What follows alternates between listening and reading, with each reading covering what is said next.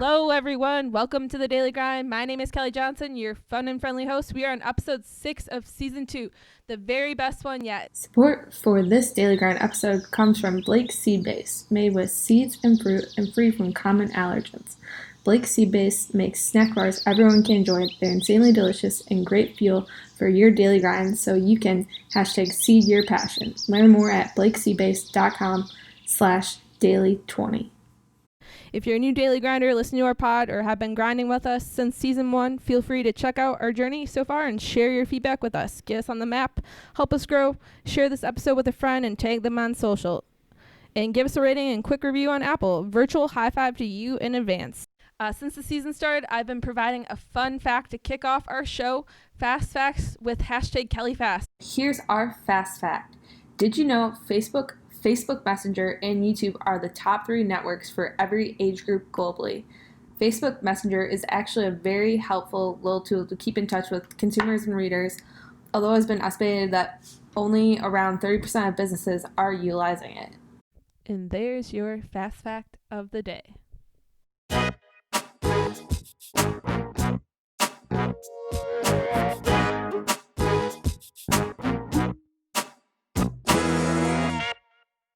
So without further ado, let me introduce you to her. Shinjini Das is an advocate, and she creates space for her go-getters through real-time motivational content marketing. She empowers 8 million go-getters a month across her social media platforms to go get their goals.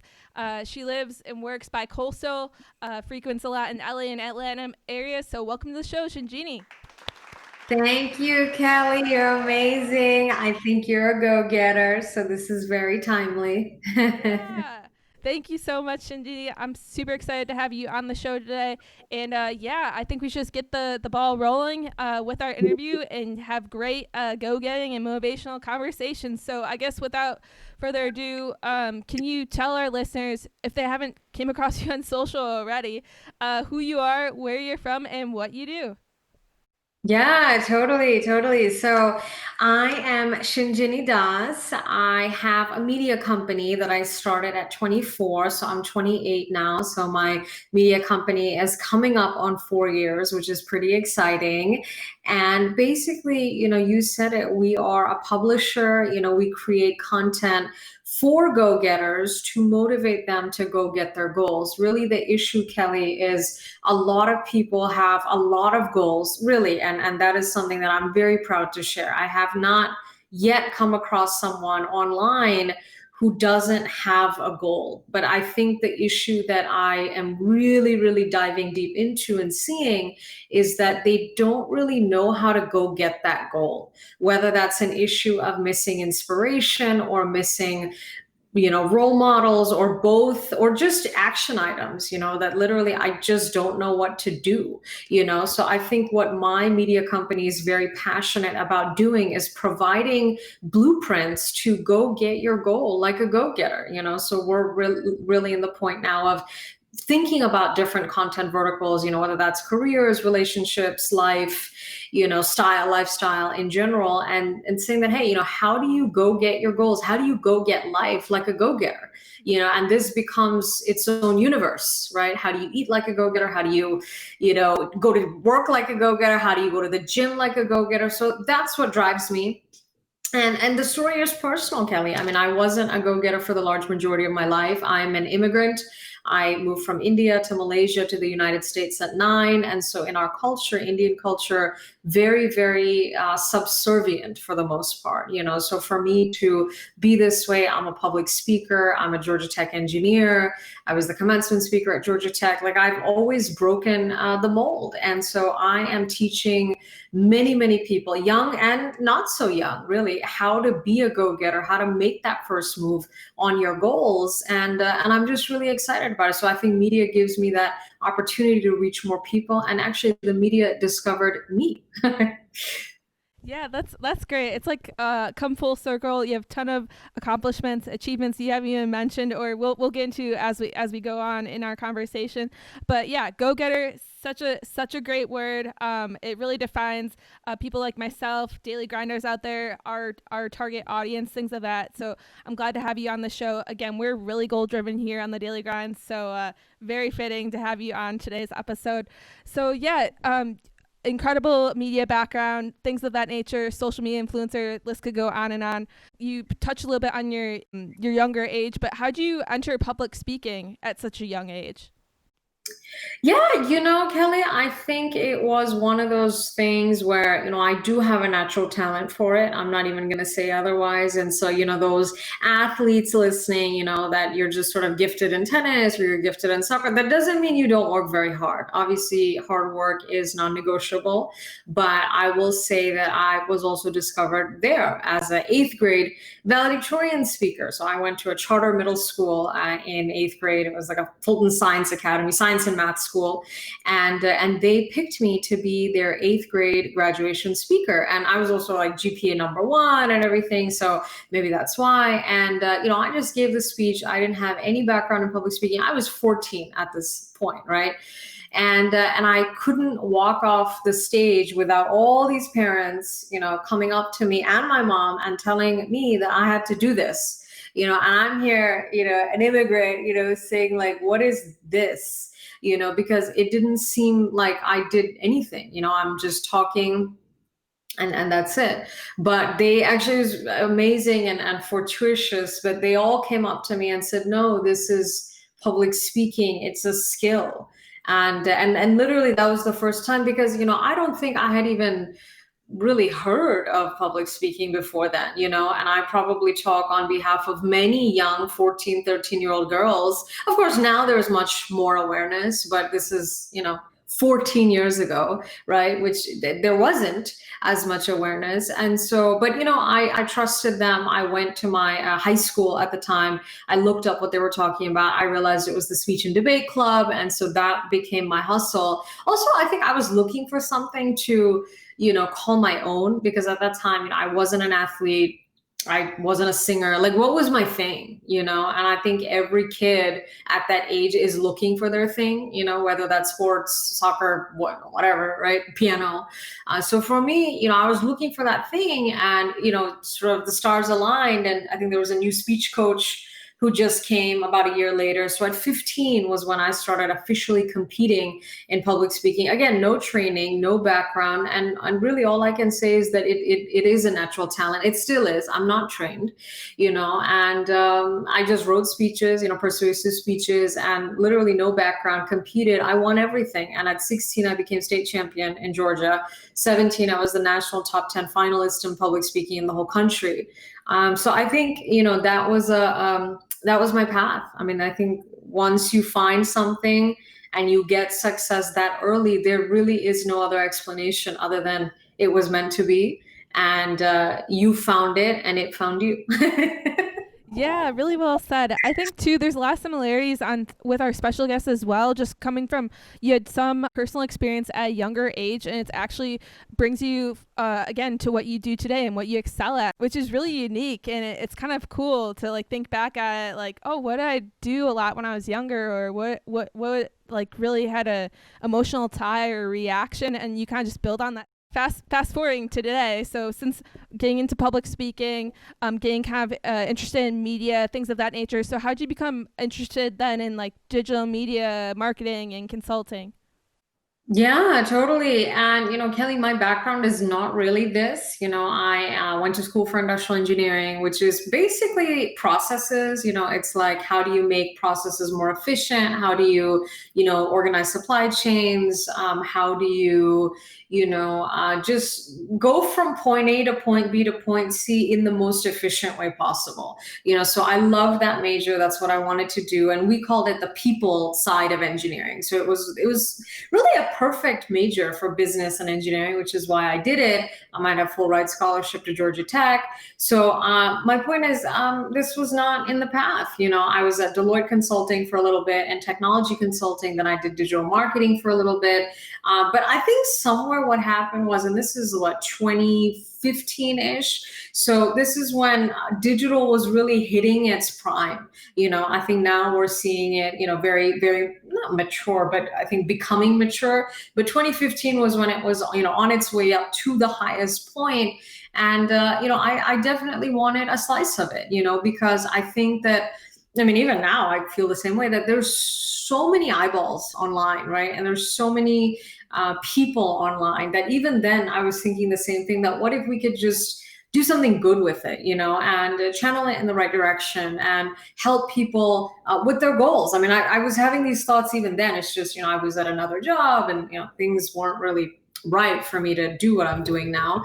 But I think that the fascination that I had then is the fascination that I have now, which is, what if you could leverage all of these eyeballs for a higher purpose and serve them and help them and change their goals? Because my problem with the current landscape is there are people doing that, but I don't think anyone is doing it on a like business level. You know what I mean? Like you'll just see some random motivational posts or like one quote or two quotes, but it's not like a organized process, that, okay, so we're doing this, now we're doing this, now we're going here, now we're being go-getters. Or it's not very broad. Like, it's like, okay, you guys, we're starting a business. But if you look at my audience, I mean, it's anywhere from I want to start a business to I'm going through a divorce, I need help, to, my kids are not go-getters. So it's a lot broader, so I wanted a movement, I wanted a company, I wanted a business, I wanted to see that had all these different layers, that was using digital for good. And by the way, that was led by a woman, and preferably a younger woman, preferably a woman of color. So I had all these things in my mind. And then I realized one day, I said, I'm asking for too much. I mean, this is a lot, and because I'm an engineer, I wanted to see an engineer do it. And that's when I'm like, you know what, I can't ask somebody to do this. It's just too much. Because there's so many different requirements. And I feel like my life has been very unique in the sense that I'm global and I've lived in Malaysia and I can relate to Asians. I can relate to, Black. I can relate to anyone. And that's a very unique thing.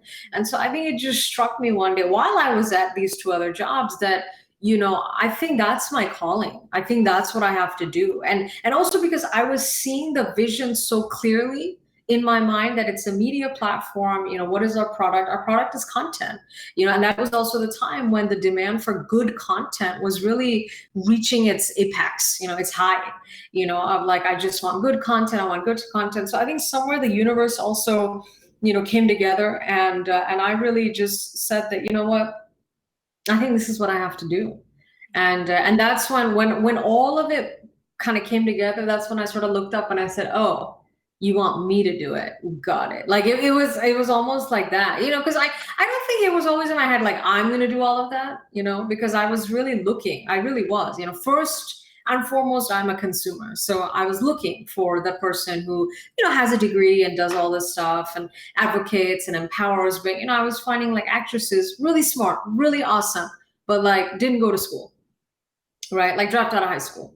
Right, which is cool. That's awesome. But I went to college, right? And so I need a college educated role model. There was not that many options in the media, right? Who's also popular?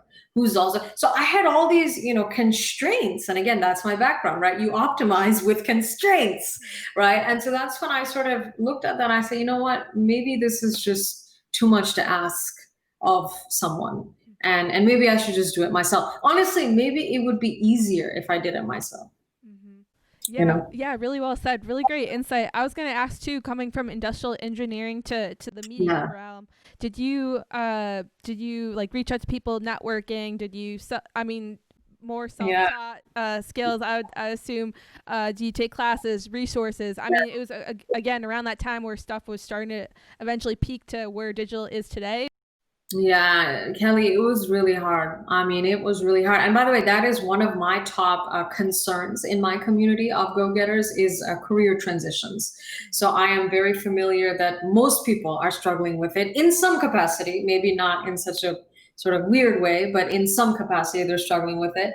Honestly, it was very, very difficult. I used what I know best, which is digital media, right? And so I think the first thing that I did, and I still remember, is I actually completely revamped my LinkedIn profile, is what I did. So from going from technology consulting to digital marketing, switched up my profile, put the digital stuff first, whatever I did, I built my brand on my own or whatever it was, I built my Twitter following on my own. I put that up top, like whatever I had.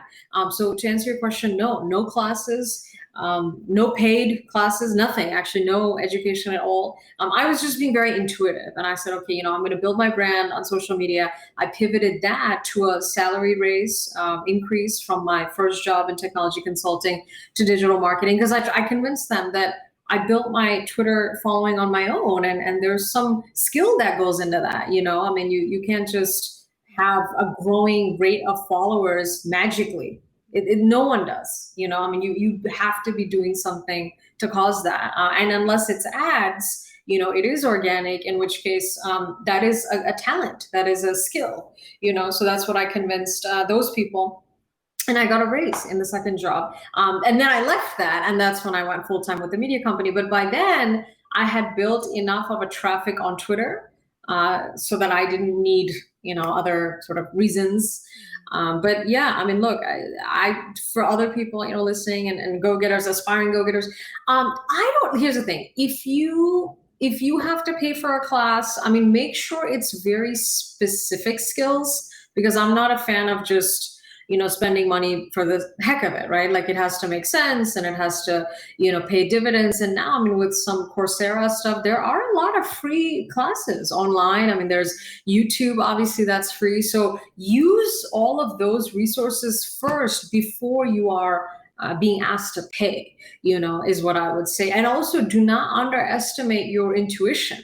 Because the content that I was creating, I knew that there was a market for motivational, action-oriented content. So instead of doing the classes and all that stuff, I just went on Twitter and I hit up, people. I was like, hey, yeah, you're such a go-getter, whatever, millennial, da da da, and they followed me back. And so that was a free, process. Obviously, a lot of hard work, obviously a lot of grind, right?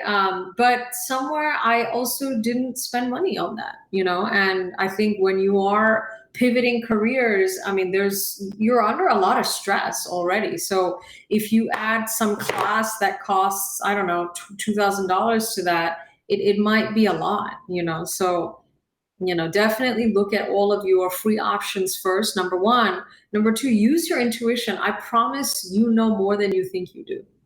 I think too, you mentioned it, there's a lot of different resources out there in today's world. Yeah. And one of our previous guests, Ben Levitt, he's a Yeah. YouTuber, social media strategist Yeah. in that same realm as you, and he even Yeah. he mentioned as well. There's a ton of resources out there. Look, see, don't be blinded by your outside Yeah. surroundings. Like, reach out to people that that are professionals in that Yeah. realm. Don't be afraid to ask questions. I think that's Yeah. really important, and see what's around you, because you never know who you're going to run to. Look at your current list of contacts. There could be someone that Totally. has a similar passion of you or interest that Yes. is willing to support you, and vice versa. So yeah, too, so we're building up to that bubble, getting to media, things like that. So what was your aha moment in founding the DAS Media Group? Yeah, honestly, it was the first time I was on a TV set, Kelly, because I was just so when I started on Twitter, and I left this, well, I think I was at the first job at Deloitte, I actually got discovered on Twitter. So a publicist found me and she said, you got to be on TV. And I said, to do what? Because at that point, I was trying to become a professional speaker, and that's all I was trying to do. And I sort of listened to her and I said, you know what, TV, like, that's definitely been a dream, that's definitely been a goal. And, I see it as a platform, I see it as this massive platform to reach even more people with your message, with your motivation, whatever it is, right? And so immediately I signed with her. And the first day that I was on a TV set, for the first time, I knew that this is where I belong, as everything, as a television personality, as a media personality, as a media person. But what kept kind of going in my mind is I need to build my own institution, because the media, even to this day, still is, first of all, not very inclusive, number one. Number two, generally sexist, right, to women, as you know. Number two. Number three, it's just like fueled by rejection, right? So, like, wait for this opportunity to work out. Oh, wait, it never does. Okay. So I knew that I'm like, okay, I'm on this set. It's great. I love this anchor. This is awesome. I think I'm going to do well. I'm going to share, I think it was like 3 strategies for women to build businesses. It's going to be awesome. But I knew that day, Kelly, this is 2015, that I have to build my own media institution, because I am not going to be at the mercy of some man or some woman or whatever who's way older than me. Number one. Number two, usually white. I'm not interested in doing that. I'm not interested in being rejected by them, every day, and them being like, you know what, let me get back to you when we think it's time.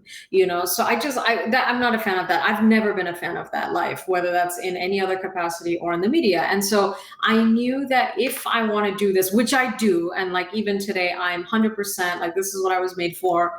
I knew that I have to build my own institution, right? And so what does that mean? It means company, right? So, okay, great, started the company. Then it was like, so what do we want to do? Who do we want to be? So that's kind of how it all started.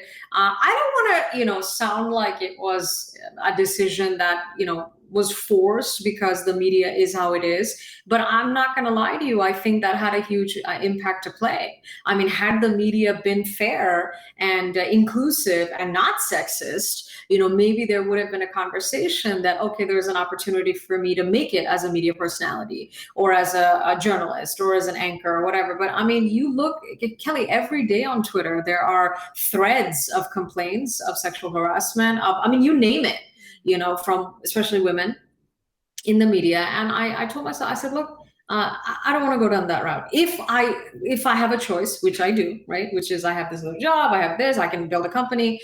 I was like, I'm going to start a media company. And also, I was very young. I think God also has been on my side, because he knew that I have no connections in this world. I have nothing. So if I start, it's going to take me a long time to just even build a footing, you know what I mean? To get in front of the right people, because I just literally nothing. Like, the world I come from has zero affiliation to this world. And so I'm very empathetic to sort of the lack of privilege and all of that, because, starting from zero in a whole different world, and the media, it's just very, very not inclusive, so for me, I knew that, but I also knew that God was on my side, because I'm 23 at this point, first TV interview, 23. And I knew, I said, I'm 23. If I even start a company next year, 24, I still have 4 or 5 years to where no one is going to really care in the future what I did between 24 and 29, at the end of the day, now 32 to 39, a little bit different, right? So I was very thankful for that. And I knew that, because I knew it was going to be a struggle, Kelly, everything, getting followers at that level, right? 200,000, 500,000, 1 million, getting on mainstream TV shows, getting on mainstream podcasts. I knew that everything was going to be a struggle. So I was prepared for the fight. But I also knew that God and me, we've sort of come together to give myself this extra runway, which I didn't think I would have, because I don't think I ever envisioned starting this venture so early.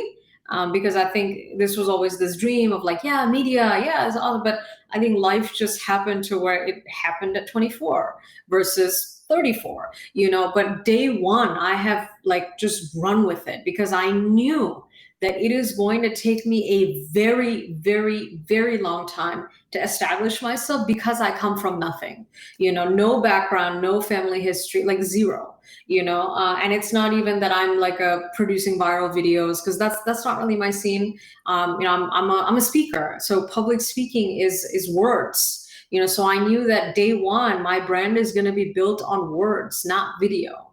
Also because like, I don't think, even today, I'm not like like I'm learning video. Like I'm not this video expert, so I didn't feel right starting my brand with video. Having said that, had I done that, it might have grown faster. I don't even deny that. I might have been discovered even way before, if I had started doing video and, oh, go getters, video, video, video. But again, I'm an authentic person, and my DNA is speaking. Speaking is words, which is why I have adopted Twitter as my main platform of choice, because it's words, it's text, and I also frankly think text can be done better than it is being done right now, so like in a very personalized way, in a very like playful way, in a very light way, so that's how you see I tweet, and we're doing like 8 million, impressions a month now. So that's the story. I think, the media being what it is, with everything, Me Too, I mean, it's just a litany of situations contributed to me deciding to start my own institution, because I said I don't have time, for just no, I don't have time for incompetence is the word, that, oh, we'll get back to you when, we have time, or whatever they would say. I don't have time for like a lack of progress. And if I have the choice, which if you ask any of these women in these situations, that if you had a choice to go out, build your own company, would you not say that all of them would say that they would have rather built their own companies? Because no one, Kelly, voluntarily wants to deal with any of this, right? And so my thing was, if I'm 24, 25, and I have a choice of what I can choose to deal with, I would choose to deal with, rejection, pressure. Oh, they're not letting me in. And then, by the way, I get on TV, and the lower thirds say my own company versus some other news station. You see what I'm saying? So all of that contributed. I know that was a long response, but I have to be honest. I don't think the media is equitable. So I didn't feel comfortable relying on it. Yeah, really well said, Shinjini. It was really great. Again, insights onto your backstory in regards to start and founding the Das Media Group. You're passionate about it. It built up to all the goals, things of that nature. Very goal driven, very go getter-ish, and whatnot. We'll discuss more on the meaning of that. But Yeah. can you tell us too? So start the Das Media Company or Das Media Group at age 24. So at age 26, you you wrote your first memoir, Apologetically Shinjini. So that's quite an accomplishment. Can you tell the listeners more? Mm-hmm. Yes. No, thank you. Thank you. Basically, I think there was just an overwhelming amount of interest in me at that time, and it's like, it's the backstory, exactly what you said. So like, where do you come from? And how did you get into this? I mean, literally everything that you just asked is what I was just repeatedly being asked, and it was just becoming a lot, to the point where I had to say, okay, well, I don't have time to answer these, questions, because there's just so many. So what do I do? How do I do this? And I mean, that was a huge process, of like, do I blog? Do I write something? What do I do? And that's when I was like, you know what, maybe this is a good opportunity to start, a book. And also I think that becomes a real like lead magnet, sort of this attention thing of like, wow, who is this? Why, she has a book? What? So I almost wanted that energy around me, because I think when you're first starting off, and again, when you come from nothing, as I've done, anything can help you in that way. So I decided to do that. And I think it has been a huge decision. It has been a great decision, because it's an ebook now. It's on my website, www.unapologeticallyshinjini.com. And people are really loving it. These are all my ardent, followers and fans, go-getters. And they really love it. They really love kind of hearing my story of being an immigrant, being in different countries, being very shy. A lot of them are shy. A lot of them are introverted. A lot of them struggle with social anxiety, so we're seeing similar themes, and they're feeling very inspired and empowered that, okay, she was that, and then she grew, and I can grow too. And that's totally the point of the story. The subheadline is becoming a go-getter changed my life. So the alternate is, as a result, it will change your life too.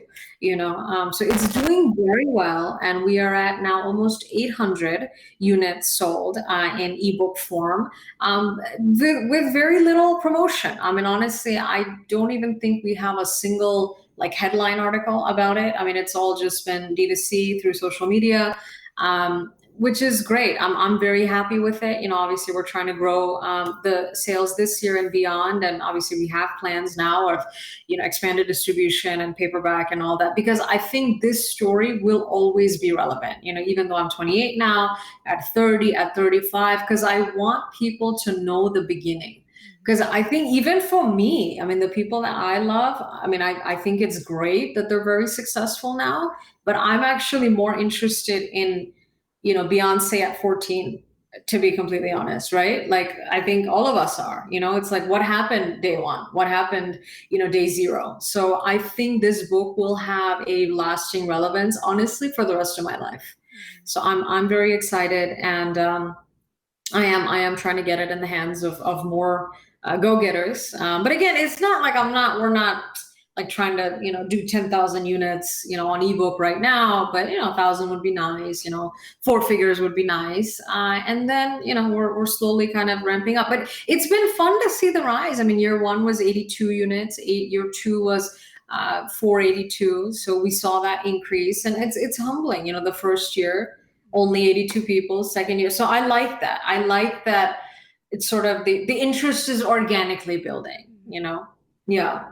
Yeah, Yeah. yeah. I was just gonna say, Yeah. Yeah. organic growth is amazing. Shinjini, Yeah. such a great story. And to listeners out there, we just briefly touched on her background, and to know from the very beginning, super great ebook to check out. So we'll for sure put the link for how to get the Yeah. ebook in today's show notes, as always, to learn more about Shinjini's backstory, probably more personal experiences, examples, things like that. Our interview is just a short little speck of it, a little teaser, as we call it here on the Daily Grind. But yeah, really great stuff. So we mentioned go-getter a lot. Go-getter, Yeah. go-getter this, go-getter that. How can you achieve goals? For our daily grinders out there that haven't came across that term, or not really familiar with that, and just kind of their daily grind life, tell us the meaning behind a go-getter and how it like illustrates your message to others. Totally.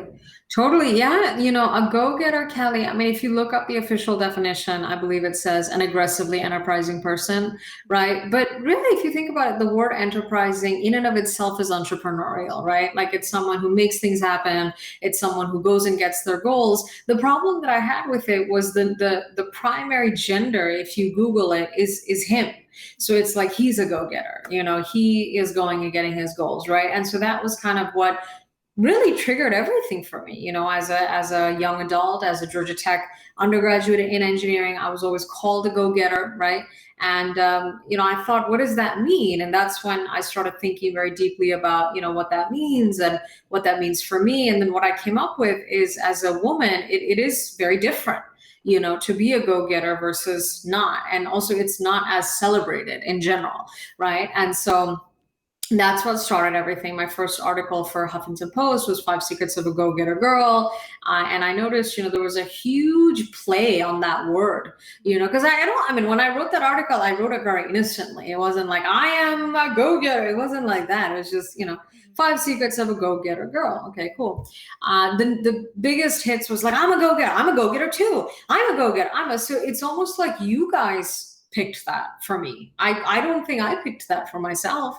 I mean, I would have been very happy just being Shinjini and speaker Shinjini, but that's the word you picked, you know, so I have to be respectful to how you see me and what you identify with. And so that's what we've gone with. And then I thought about it. I said, you know, like you said, it's a very beautiful way to illustrate my methodology, which is you make the first move to go get your goals. And I think that has really summed everything up beautifully, you know. So it is a word that we use. It is what I call my target audience. I don't know if it's the name of my brand per se. I think we're still working out logistics with regards to what will be the actual name of like my media platform, name of my merchandise line, but yes, it is what I call my audience, and that is true.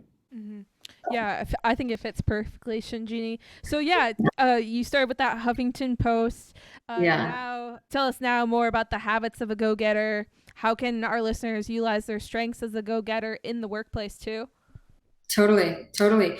So yes, my first article is Five Secrets of a Go-Getter Girl. Really, it is applicable to any gender. So the secrets are that, a go-getter, number one, is very confident, in the story that they're gonna write, right? So it really is about self-confidence. It's about, owning who you are and what you believe in and what you're here to do, and being very upfront about that. I think that's what people really pick up about me, is that I am unapologetic, right? My memoir is Unapologetically Shinjini, right? So it's very much a part of the brand that this is who I am, take it or leave it, and I think that's how I want others to function who want to be go-getters. So I think that's number one. Number two is go-getters put themselves first to be of service and value to those around them. I think that's huge because, again, if you are not whole, it's very difficult to help someone else, and in a professional context, if you, and this is something I run into all the time, I have a million and one things to do, you have a million and one things to do. If your colleague comes up to you and shoves another 5 million things on your plate, at some point you have to back out and say, hey, I just, can you just give me a day? I'll get back to you. That is being a go-getter, because you're setting boundaries. You're saying, hey, I think you're great, I want to help you, but right now I have to help myself, I have to finish my own tasks before I can get to yours. So that is practicing that kind of bravado that I am preaching and teaching, that it is about me right now, right? It's not about me serving the whole world. You see what I'm saying? Because if I'm not okay, I can't be there for you, right? Which is really huge in a professional context, where I feel like, especially women, always getting dumped on. Can you do this? Can you do that? Can you help with this? Can you do that? So at some point you got to stand up and say no. So I think that's a huge thing. The third secret, right, is go-getters always are sort of taking the next step to inspire and enable the world. It really falls into this line of, we're always moving towards the next thing. Obviously being grateful, obviously being thankful, obviously treasuring our progress, but also realizing that the next thing is the next thing. So I think one trademark that I'm noticing in my audience is they always have goals. So they tell me what they've accomplished. Oh, I started my YouTube channel. And then the next message is, oh my gosh, I'm growing my YouTube channel. So I really like that in my audience. I'm very proud of what I've attracted, because, I surround myself with people who are constantly growing, who are not satisfied after having started the YouTube channel and then they're done. So that's a very big trademark of my brand, and the people who I've attracted is that they are also always growing. I think that's awesome. The fourth secret is go-getters always keep their family close. I think this is really important. Again, whether that's your blood family, whether that's your chosen family, whatever it is. I mean, you have to have that circle, next to you, even in work, whether that's your work family, because it's very, very just difficult. I mean, as existing and doing the things that you have to do. So you really need that circle to keep you tight, which I think is huge, and especially now, right? Yeah, yeah. The fifth secret is go-getters are very proud of how far they've come, but they know they have more to go. I think this is huge because, again, it stresses gratitude, it stresses thankfulness, it stresses that I recognize how far I've come, but I also know how far I have to go. So it's a very healthy balance, and I know that's something that I strike every day is thank you, thank you, thank you. I love. I'm so grateful. I love everything. Having said that, I still have goals for today. And that's something that my audience actually they tell me they struggle with. Is if they're too thankful, then they feel like they have no other goals because they're so thankful. But if they're not thankful at all, then now they're feeling bad. So we do have this discussion a lot of, how much is too much? Here's the middle. Let's practice that. As a go-getter, because you're always moving, but you also know how far you've come. It's just, yeah. So those are the 5 secrets. Yeah, these are great. I think these are really important. Again, you mentioned too, Shinjini, having that healthy balance, both in the workplace or just, achieving your personal goals as well as career goals. And I liked I like that you mentioned again setting those boundaries. So if you get a ton of stuff piled on your plate, I mean, people Yeah. can have amazing time management skills, but being able to say no or have that extra time to make the most of it and be able to utilize their strengths to the most and be able to get the job done really well, Yeah. and add value to their teams or company or who they work for or what they do in their job or even personal life. So I think those are really important. Being inspirational, having those goals. Again, we're very goal driven on this podcast. So I think it fits really fitting in regards to the habits of being a go getter, Yes. and having a daily grind and things of that nature. So, do you have key takeaways for our listeners in everyday life as a go getter? Yeah, totally. I think you always like the one thing that I tell my audience all the time, Kelly, is are you making the first move to go get your goal? And that is all I want to ask you, because if your answer is yes, you are a go-getter. If your answer is no, you are not a go-getter yet, right? Because the just in the word, you have go get in the word, right? And so the question that I have for everyone listening and future listeners is, are you making the first move to go get your goals, right? So what does that mean in a sales context? Are you making the first outreach calling, right? In a dating context, are you making the first move to message, to text, to DM, right? Because otherwise you are not showing enough self-respect in your goals, right? Like if you, and I have this conversation all day, Kelly, that if you tell me that you believe that this is your goal and I'm literally not seeing a single action from you, I don't believe that that's your goal. I'll just be honest with you, and that's how I judge even people in my own life. That if you tell me that this is important to you and you are literally doing nothing to move that forward, I am not convinced that that is an important thing to you, right? That is a priority to you. So I think that is the question that first of all, that I ask myself, forget others, that I ask myself, anything sales. Right now I'm transitioning to an online coaching booking process, so I'm sometimes getting overwhelmed, like, oh my gosh, I don't know, da, da, da. And I literally, I'm asking myself going, okay, but have you done that? Because that's the question, right? I can sit all day, I can complain all day, I can pontificate all day, right? I can think all day, but unless I choose to act and move forward, I have done nothing. So I think that is the question I ask myself, that is the question I ask my audience, and when I ask them, it's just amazing, the response, because they come back to me and say, oh man, I haven't, and then I told them, I said, you've answered your own question, right? I mean, if you are literally doing nothing expecting something, that's not going to happen. You see what I'm saying? And I think what's been awesome, Kelly, is audiences now online, they need that energy, so I think it's good that I'm a third person. I think it's good that I'm not in their life every day, so I'm coming in as this third person, almost unbiased party, saying, hey, have you taken the action? No. Great. What are we doing here? So they like that wake up call, because somewhere some of them don't feel brave enough to do it themselves. Yeah, really well said there, Shinjini. Again, I love that question. Are you making the first move? And I think that's it's a simple question, but it answers a lot in someone's life and for our listeners and audiences in regards to like, you got to make the Yeah. first move, whether it's asking a question or, taking an action or, scheduling a meeting, making Yeah. scheduling a call. I think that's really important. And a great key takeaway for our listeners and go-getters out there. So yeah, speaking of go-getting and daily grinding, what's on Yeah. your go-getting or daily grind Yeah. in the upcoming months later this year?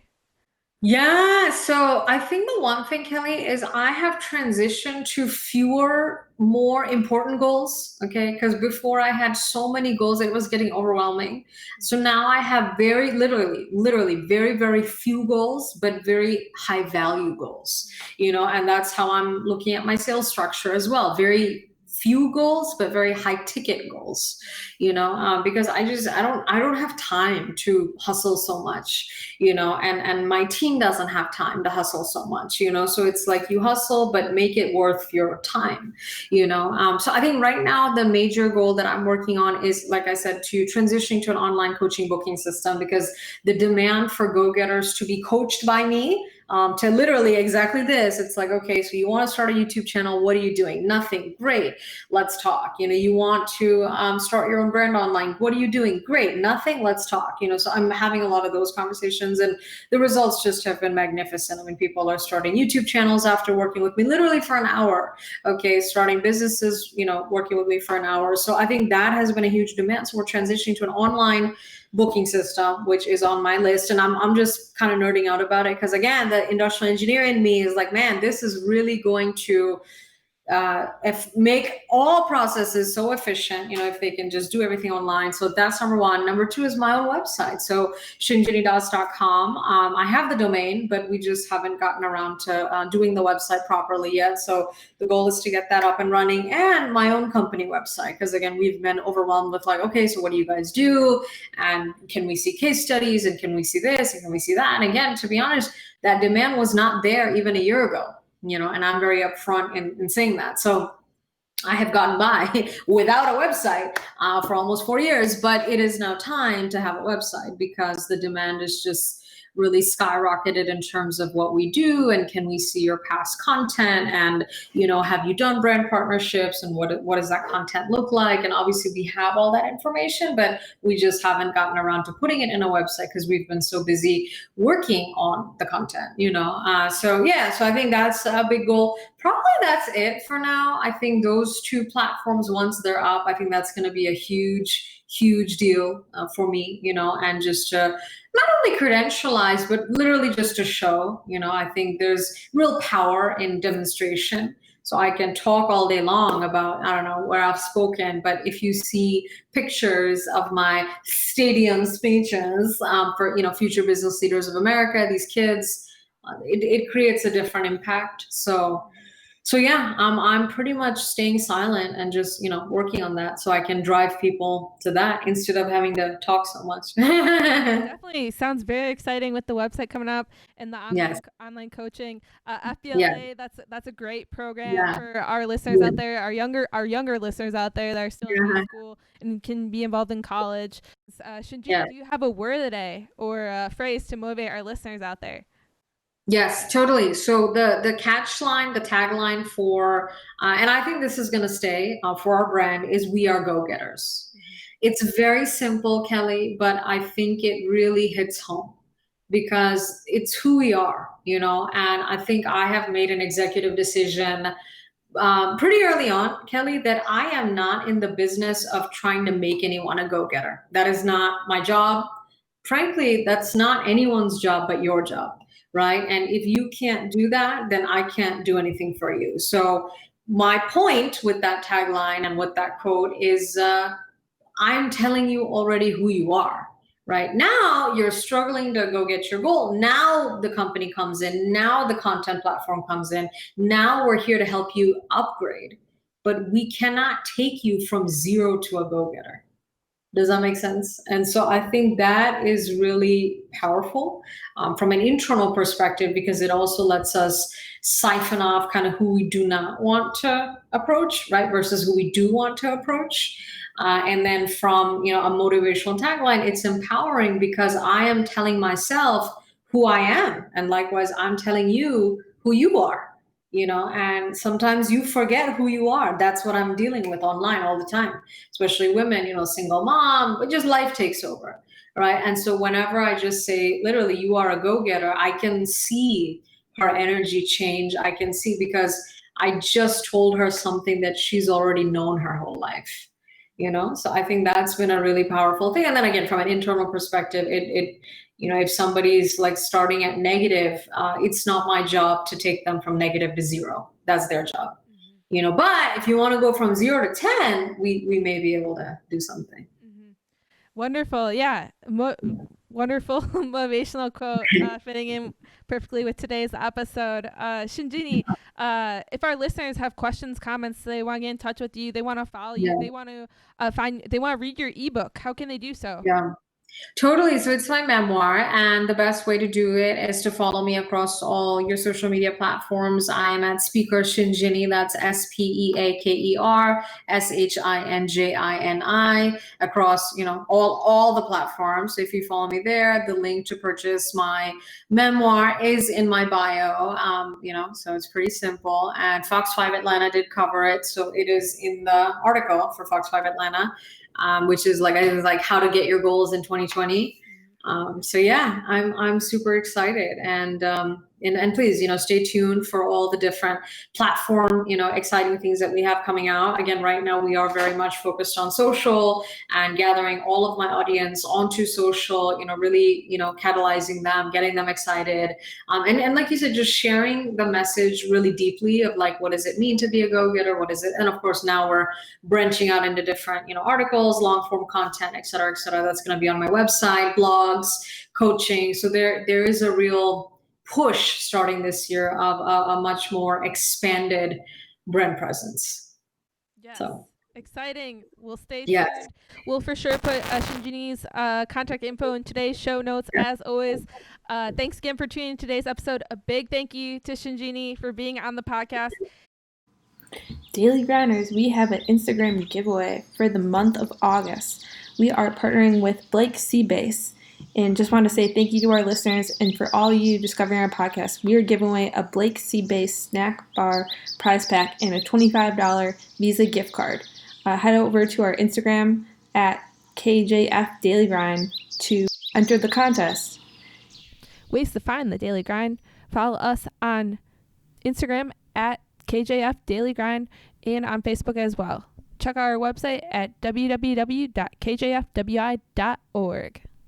Feel free to follow your host, Kelly Fast, here on Instagram at Kelly J Lefty or on Twitter at Kelly J Lefty as well. Until next time, my name is Kelly Johnson. Have a great day.